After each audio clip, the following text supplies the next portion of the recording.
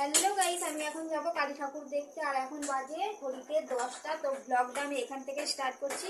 আর আমি তো রেডি হয়ে গেছি, দেখো লুকটা কেমন লাগছে। একদম সিম্পল লুক। তো যাওয়ার ইচ্ছা ছিল না, খালি আমার ছোট মেয়ের জন্য যেতে হচ্ছে, নাহলে ইচ্ছাই ছিল না। তো তোমরা ব্লগটা দেখতে থাকো কি হয়। আর আমরা এখানে এসেছি 10:30 বেজে গেছে, মানে বাড়িতে একটু ফটো তুলছিলাম, ভিডিও করছিলাম, তাই 10:30 বেজে গেছে। আর এখানে এসে দেখছি ঠাকুরও এসে গেছে, ব্যায়াম পার্টিও সব শুরু হয়ে গেছে।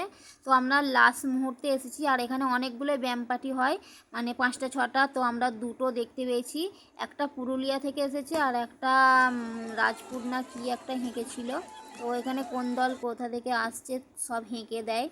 আর এখানে তো রোডের গায়ে পুজোটা হয়, তাই অনেক জাম লেগে যায়। তো আর ঠাকুর এসেছে, তারপরে অনেকক্ষণ থেকে মানে ব্যায়াম পার্টিগুলো চলছিল, তাই রোডে অনেক জাম লেগে গিয়েছিল। তাই তাড়াতাড়ি বেশিক্ষণ নাচতে দেয়নি, অল্পক্ষণ নাচ মানে ছেড়ে দিয়েছে। আর তারপরে আমরা তো চলে গেলাম মেলায়।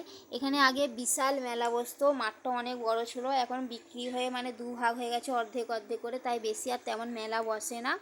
আর একটু মেলায় ঘুরলাম, দেখলাম, খেলাম। তারপরে আমার ছোটো মেয়েটা একটু কিছু বায়না করলো, তাই তাকে কিনে দিলাম। আর কিনে দিয়ে তারপরে বাড়ি ফিরছিলাম। তারপরে মায়ের তো ছবি তুলতে দিচ্ছিল না। এবারে ঘুরতে এসেছি, ঠাকুরকে দেখতে এসেছি, একটু না তুললে হয়, তাই দূর থেকে একটু প্যান্ডেলটা তুললাম। তারপরে আমি দেখো কি কি কিনে এনেছি, একটা জলের বোতল আর একটা বড় মেয়ের জন্য পাখা, ও স্কুলে হাওয়া খাবে বলে। আর ওর জন্য কিছু খাবার এনেছি। ও তো যায়নি, ওর পরীক্ষা ছিল, পরীক্ষা আছে কালকে, তাই ও মেলায় যায়নি। আর ওর জন্য একটু খাবার কিনে এনেছি। আর আমার ছোটো